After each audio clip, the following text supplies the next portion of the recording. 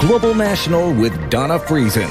Good evening and thanks for joining us. In his efforts to expand Canada's trading relationships, Prime Minister Mark Carney is in Saudi Arabia.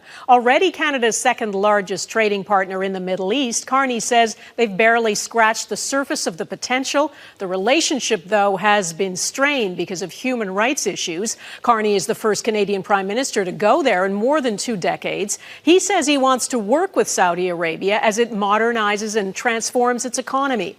Mackenzie Gray is traveling with the Prime Minister. It was a visit 26 years in the making. Mark Carney, the first Prime Minister since Jean Chrétien to come to Saudi Arabia, the latest stop on his diversification tour. Carney signing 13 agreements on things like mining, AI and energy, worth $1 billion.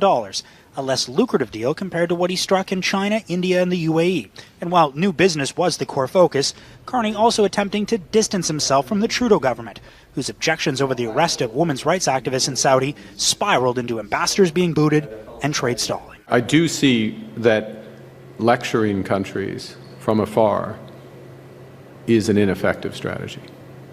It's satisfying, but it's ineffective. While it might be ineffective to Carney, it wasn't for the Foreign Affairs Minister with her counterpart. In my meetings, I always raise human rights, consular cases, and the need for respect for international law. And that is true today. Carney wouldn't say if he raised human rights with Crown Prince Mohammed bin Salman, who numerous NGOs say runs a highly centralized police state where women are legally unable to get married without the permission of a male family member.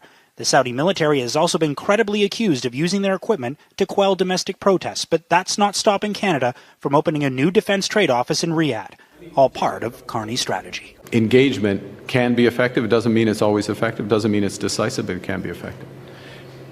We care deeply about human rights. Mackenzie, this trip is about deepening trade relationships with Saudi Arabia, but you also asked the Prime Minister about how things are going with the U.S. President. The Prime Minister was chatty at today's 30-minute press conference, Donna, except when I asked about a recent phone call between him and Donald Trump and their conversations at the NATO summit. So do you think you've made any progress with the President when it comes to trade? I'll keep you posted. On the Gordie Howe Bridge, the U.S. ambassador has said that there are 2 issues the Americans have: control of the bridge and tolls. They want more money sooner. Are you willing to renegotiate the current agreement to make sure the bridge opens? I think we're willing to clarify aspects of the current arrangements. That is an unusually curt Mark Carney, and the lack of response on trade talks and the Gordie Howe Bridge opening seems like a sign that things might not be going very well with the Americans. You saw in my story that the Prime Minister had lots to say about the Saudis, despite the fact that Canada only does $4.5 billion annually in trade, the equivalent to less than 2 days of Canada-US trade. A stat that shows that Carney may want to diversify away from the US, Donna, but it will likely take decades to meaningfully pivot. Okay, Mackenzie Gray in Jeddah, Saudi